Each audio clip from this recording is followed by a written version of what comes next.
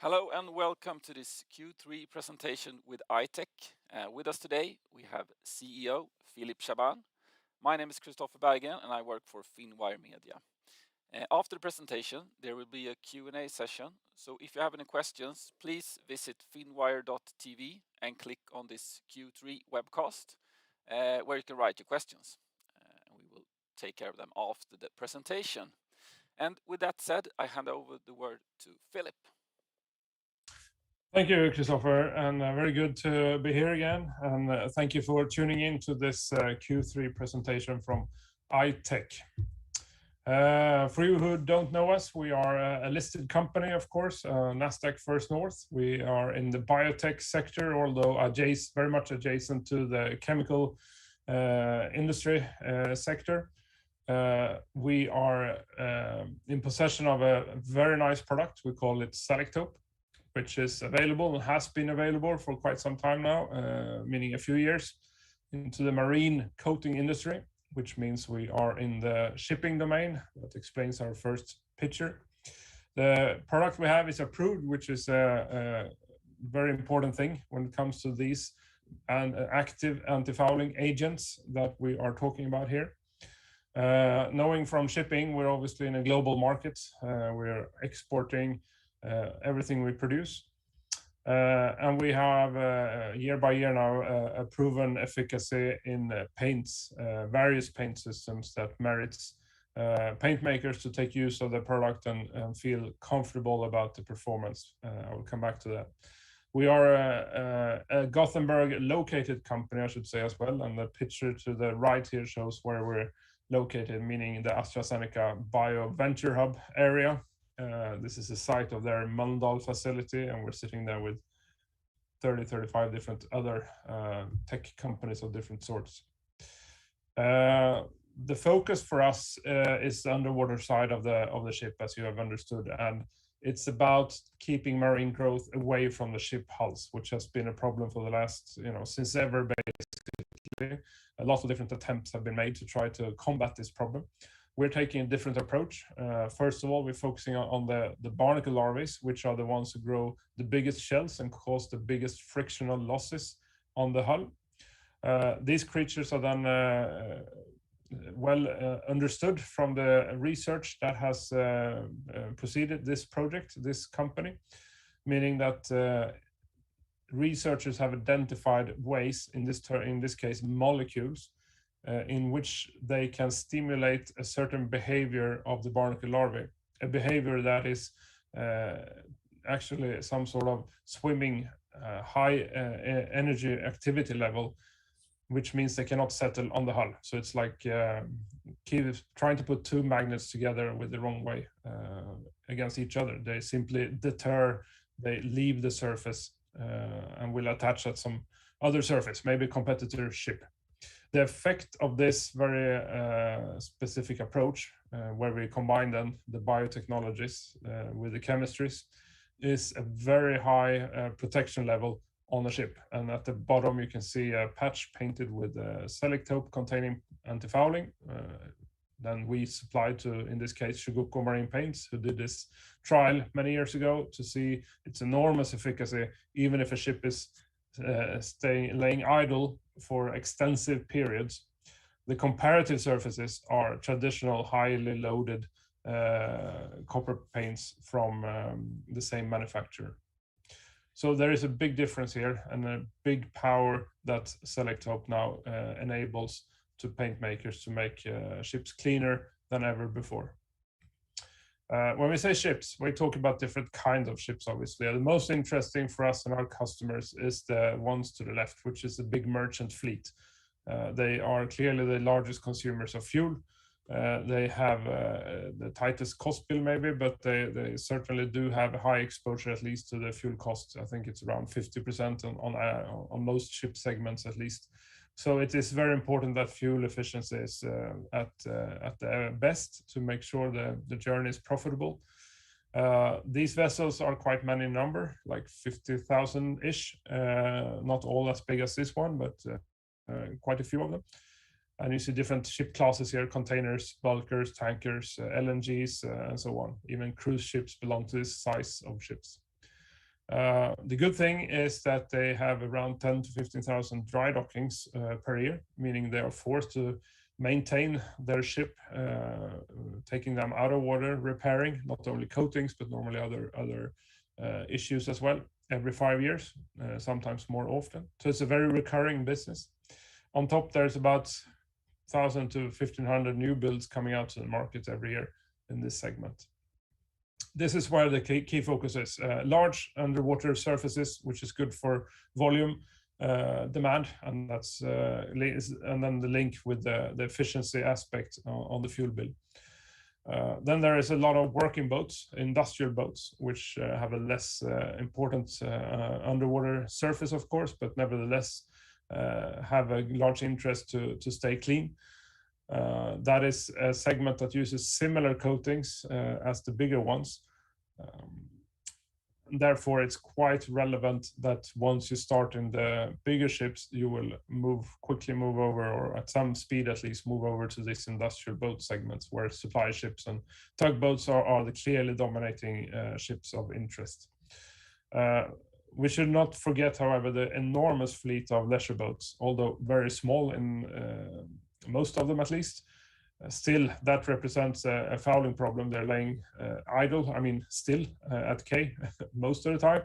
So from that perspective, a very relevant sector. And we have now started our journey into that segment in US and in Japan, most importantly.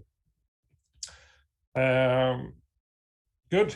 I will move on to review the quarter in general. It is a positive quarter with a strong contribution from an expanding customer base. We have reported in Q1, as you may recall, also quite broad customer base. Now we repeat that, which is very promising for us. So, what should we say? Like 5 of the 9 biggest are now clearly contributing to the top line, and that in this case actually amounts to 35% of the revenue line is from other customers than Chugoku, who is the leading one.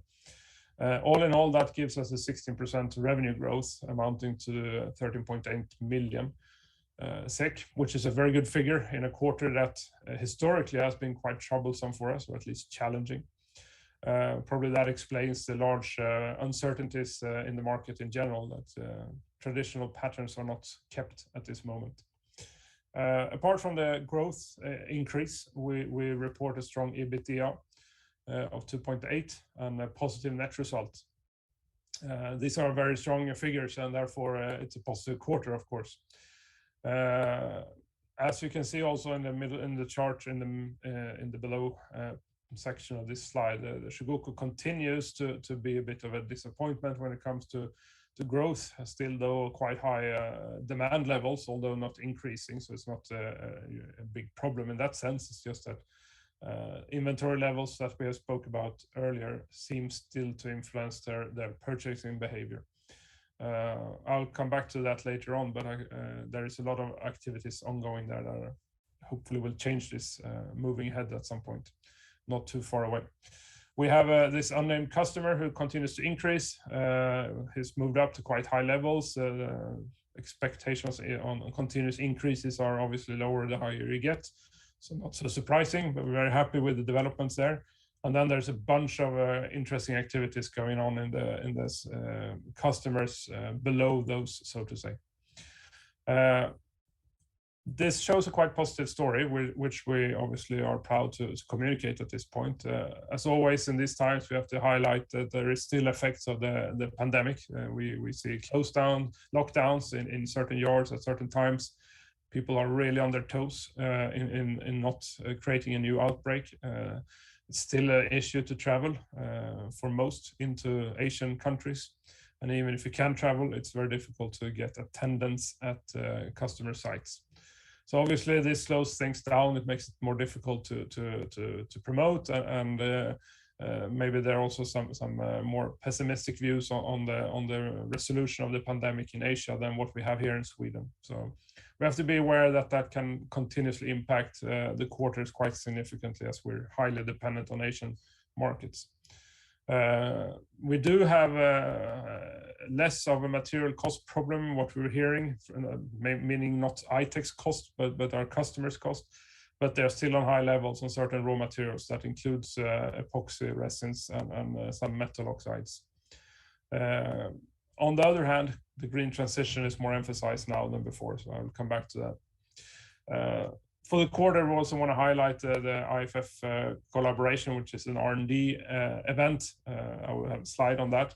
IFF is a big player in the microbial control area, so that is interesting for us, and will hopefully open up to new activities later on. If we look more detailed on the figures, we can see the sales amounting, as I said, to 13.8, gross margins fairly much on the same level, which is a good level. And saying that logistics still are a challenge here and there when it comes to availability of ways to transport goods, which normally drives up cost and makes it a bit difficult. We've been quite successful in transferring that over to customers. On the EBITDA level, very, very pleasing figures, and knowing that this is a figure that will change a lot, or can change a lot, has changed a lot in the past, as we're in a period of quite high investments or cost when it comes to the regulatory areas and the R&D areas. So this quarter, some of those costs didn't come in really, and that fuels a good EBITDA, a level that we should be in the normal circumstances, at least, and above, of course. The cash flow on the operational side is good. Very strong developments there, despite late shipments in the quarter, which shows potential upside there. And the total cash flow then turns to negative, mainly due to payment of loans that are soon, at least parts of them, paid off completely. But that is what is driving a negative impact on those. For the year, so far, first 9 months, it looks very similar to last year, meaning that we are in this pandemic year of how to say, stable activities, but not any clear signs of growth yet. Back to this interesting collaboration that's now been announced between the microbial control units at IFF, a US-based giant in various kinds of biosciences products, and then now actually sold the microbial control to Lanxess, equally very strong player in the microbial control area, German-based. The project continues despite all this, of course, with untouched speed. The point here is to develop new anti-fouling solutions that can inspire customers to take a next step in anti-fouling coatings, meaning higher performance and reduced biocide release, which is in line with the sustainability aspects we see in this part of the industry. This can be done through combining their products, C9 Ultra mainly, with Selektope. These two are then complementary in terms of effect on the biological spectra that we need to consider on the ship hull. So taking care of soft fouling is a very important aspect, which C9 Ultra does very well. And then we take care of the hard foulings. And if we can get this and understand the links between this, we are sure that we can, together with our joint customers, offer more support and more inspiration on how to take this forward. The press release was picked up here and there in technical journals, so it's not something that will contribute to the top line as we speak right now. It's more of a strategic initiative to take a big bet, or not bet, a big initiative on being part and actually maybe driving even the development of a next generation self-polishing coatings with the super smooth surfaces, very low leakages, and very high performance. Can also address other areas of ships and other ship types in a way that wasn't maybe possible before. So long-term project with high strategic relevance, where we both have the same customer base today. So let's see how we can develop this further once results are made available. Looking at the business as such, we do still have these external factors. We still see a certain conservatism in sticking to old traditional coatings, but there's a shift coming in that end. We see some fleet segments, meaning ship types, being in tight earning schedules or cycles. These are mainly the wet chemistry tanker ships, which are quite many, whilst still jet fuels and other chemicals are not traded in the same level as before. So there's a bit of an oversupply here on the ships.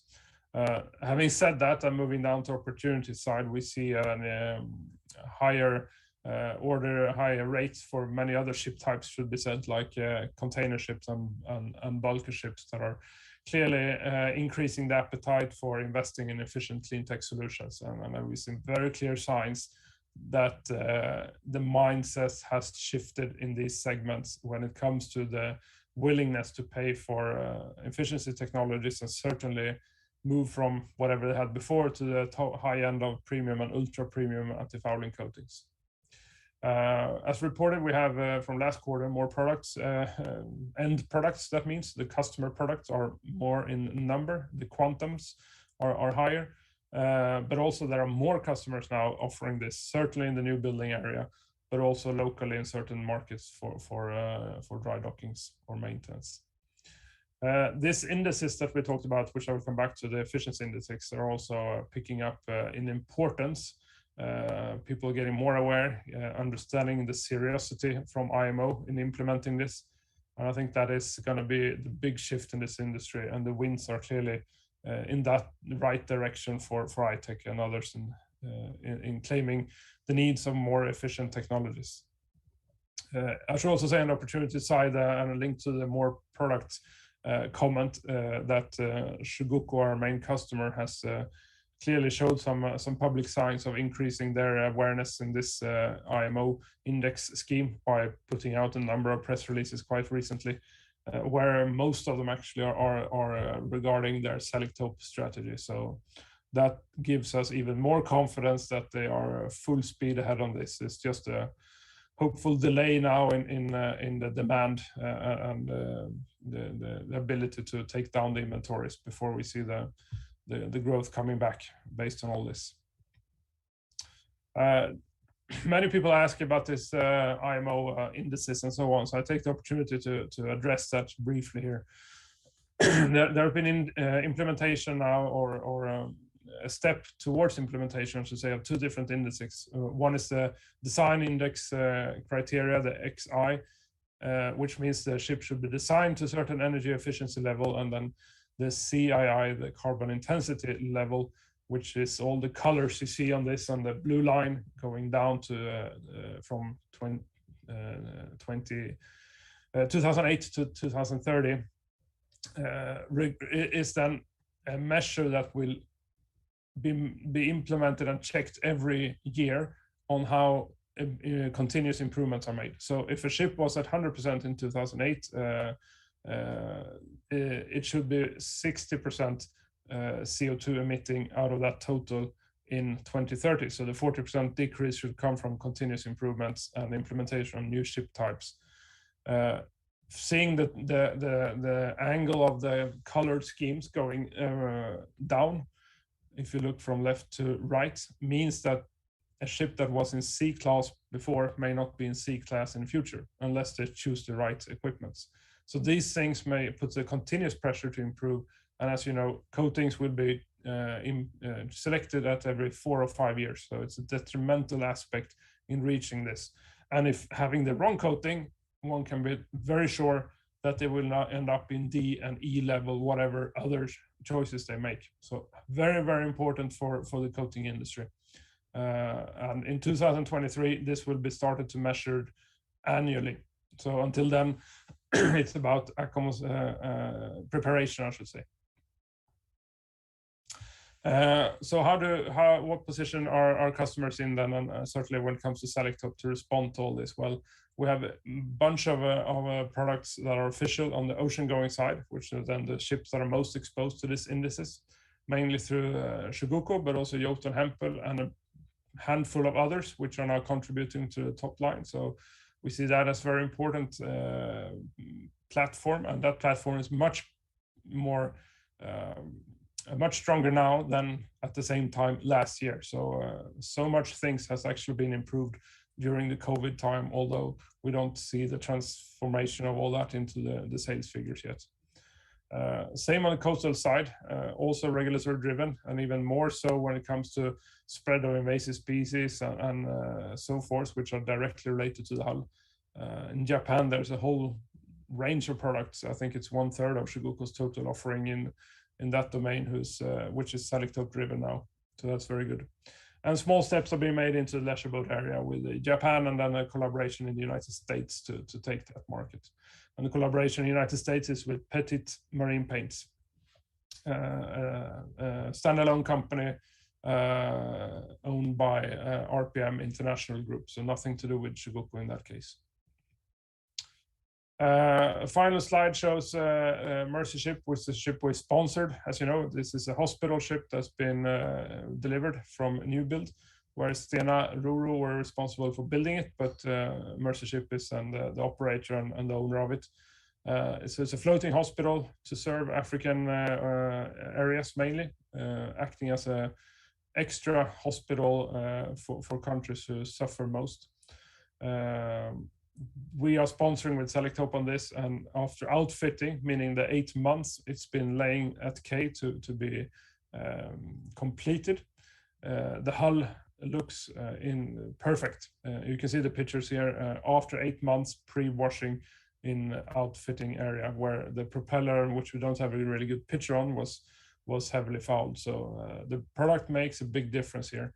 In this case, it's not the Chugoku product, it's someone else's. There's a small video that will be available at some point where Stena talks about how the anti-fouling and how good it has performed so far. It's a really good indication that more players than Chugoku are offering state-of-the-art anti-fouling products, which keep fouling away from the hull, as well as keeping the color retention intact, so it still looks very red. Sometimes that looks a lot different when it comes to the traditional coating. So very, very interesting developments. And with that, I conclude this presentation. I look forward to questions. Okay, great. Thank you for the presentation, Philip. And now we have you on the screen as well during the Q&A session. So let's start with the first question. You mentioned the IFF collaboration. Could you just explain what you hope that the end result of this collaboration will be? Yes, of course. We think that we hope that the end result will be a range of conceptual formulations that our customers can use to drive the product development into commercial products. Meaning the conceptual formulation should be guiding them in what to do, how to do it, and create inspiration on how to take their, convert that into things that they can use based on their other technologies. So hopefully that drives development of ultra low bicidal anti-fouling coatings with a tremendous performance against soft and hard fouling. Okay, great, thanks. If we look at the EBITDA from the in the last report, it was quite strong. Could you explain the drivers behind these strong figures? I think it's an EBITDA that is representative to what we would like to see if we take out many of the one-off high costs that we have in 2021 and partially in 2023, and those costs are related to regulatory markets that needs to be newly approved or reapproved, or initiatives that we're taking to get into new markets. So some of those costs were coming in Q2, but not in Q3. So it's a very strong quarter, but I also have to highlight there will be variations on the cost line there in the quarters coming, because we will take study cost and authority cost to just go through these re-registration periods. Okay, and if we look at the cash flow, could you please elaborate a bit on that from the last quarter? Exactly. Cash flow comes from the same phenomena. At least if you took Q2, a lot of costs that came in that were dedicated to a period of high cost expenditures and investments for the said reasons. This time, however, other things contribute. If you look on the operational cash flow, first of all, that's positive despite having large amount of deliveries at the end of the quarter. So that shows a very strong figure actually, and still being positive. The fact that it actually ended up negative on the final line was the amortizations of loans to energy agency mainly.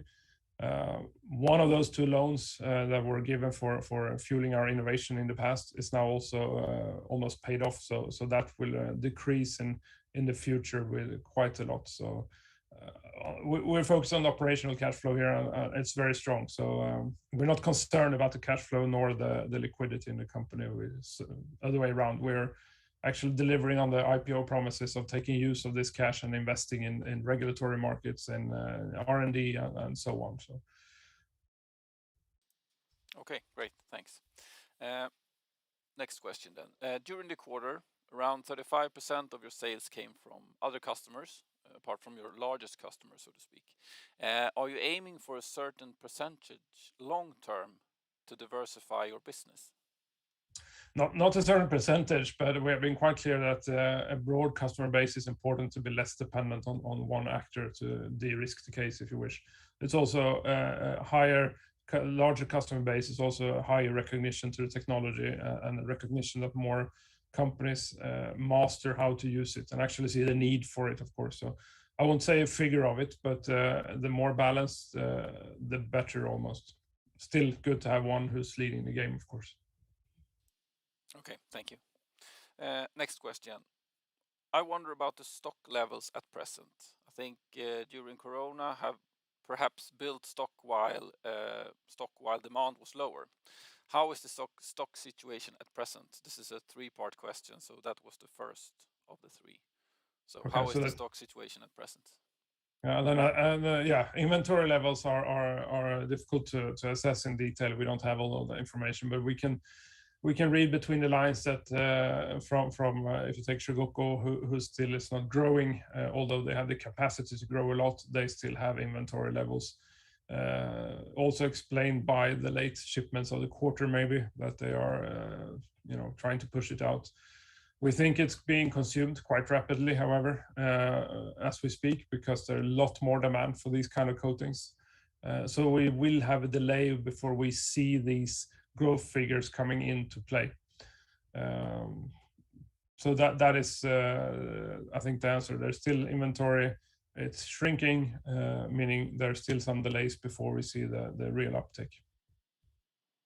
Okay, so the next question in this three-part question, I would like to know a little on the Corona effects for the production possibilities of Selektope. Okay. We have been very fortunate, I must say. Production is located in India. India has had very difficult times in COVID. They maybe still have less public though. It doesn't affect our ability to produce. So the two producers have staff enough working to produce our products and all their other products. So we have no alarming messages from them. The only issue, which is unique for every industrial company, I think, in the world right now, is difficulties to sometimes find means to transport goods. Certainly when it comes to intercontinental transportation. I think it's very well known that those are, containers are difficult to find, airplanes are difficult to find with available space, and we're suffering a bit from that. But as you can see from gross margin, we're quite successful despite that. But that's the only things we see. Okay, and the last question in this three-part question: are ships now in Asia starting to move again after Corona? Yes, I think most of the ship types, many ship types are not only moving but doing very good business. Bulkers, containers are the most exemplified in this context. Make a lot of money at the moment compared to before. on the level that they probably are pushing out maintenance schedules as much as they can to earn while market is good. There are other segments, however, that are still suffering from the pandemic, which is normally wet chemistry tankers, meaning fuels or different kind of energy, liquid energy products or chemistry products. They are still having a tough earning cycle from what we understand. So, and they're also quite big users of Selektope in the past. But yeah, as the world turns back to normal with more traveling and more activities in general, I think all of these segments will see a boost, and that's important. Okay, thank you. Next question. Does the increase in the oil price compensate for the increase in the copper epoxy price for your customers regarding the total economy when choosing a premium anti-fouling protection? Certainly the payoff period will be helped by high oil fuel prices, of course, and that makes the case better. Even if it makes it easy for our customers to move on their higher material cost to the ship owner or to the one buying the final product. So in that sense, it's all good. Right now, however, I think they're struggling to actually transfer that higher material cost to the customers. So hopefully this will change moving forward. I do see a lower, at least a less, a stagnation of raw material prices from what we can hear from our customers. Still on high levels, but I think to point to your question, yes, higher oil prices will help build the better business case and could then be of help to move and transfer costs on materials. Yes. Okay, thank you. Next question then. In the report you say, I see signs of increased ambitions among several customers. End of quote. Can you please explain that a bit more in detail? There is a lot more activity going on to position the customers in the premium level and the fuel saving level, I should say, of the anti-fouling coatings. I think I actually also mention in this report the complete supplier base in the marine industries who are collectively seeing a higher engagement and higher interest to discuss energy efficiency solutions. So for our customers directly, that means they are now being inspired and maybe pushed into actually enhance their offerings and make sure they come up with solutions that prove efficiency, meeting this CII indices and so on. So everybody's taking it very seriously, and that's what I want to convey in that message. Okay, thank you.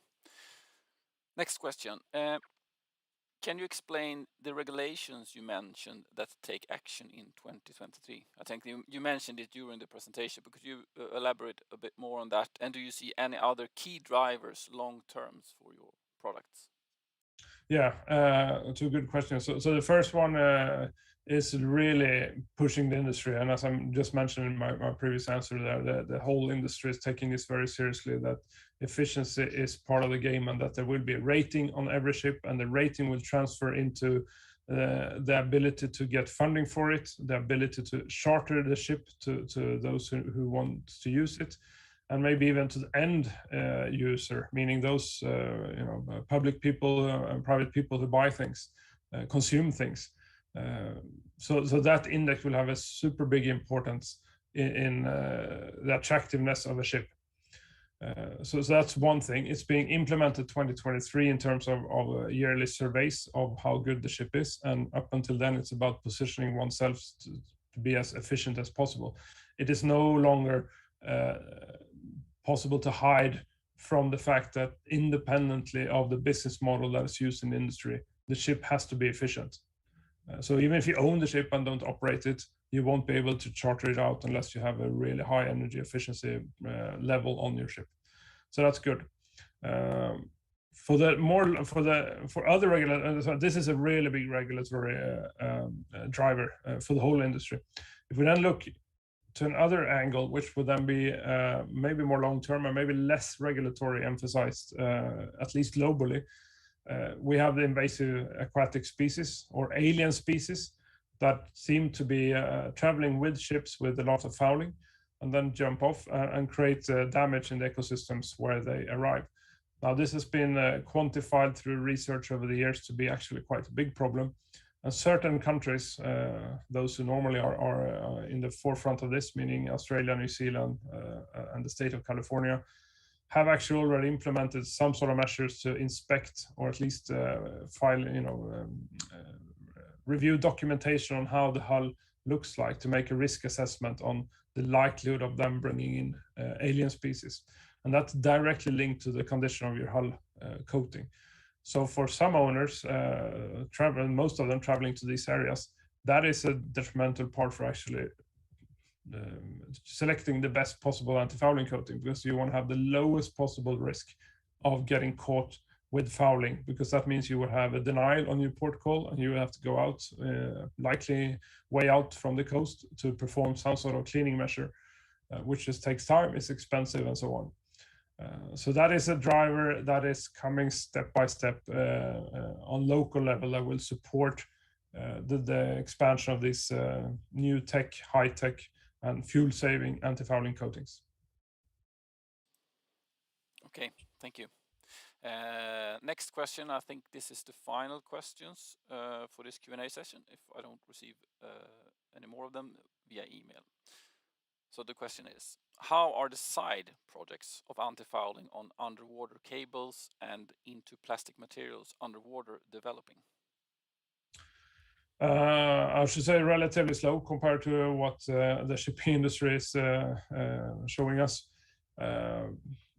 Mainly, I think, because of maybe a little bit lack of focus on our end, because there's so much other things happening on the more important customer market sides.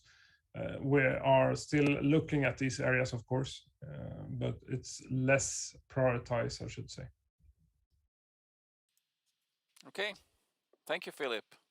And a big thank you for your time and for your presentation. And a big thank you to all our viewers and to all of you who have written in questions to us.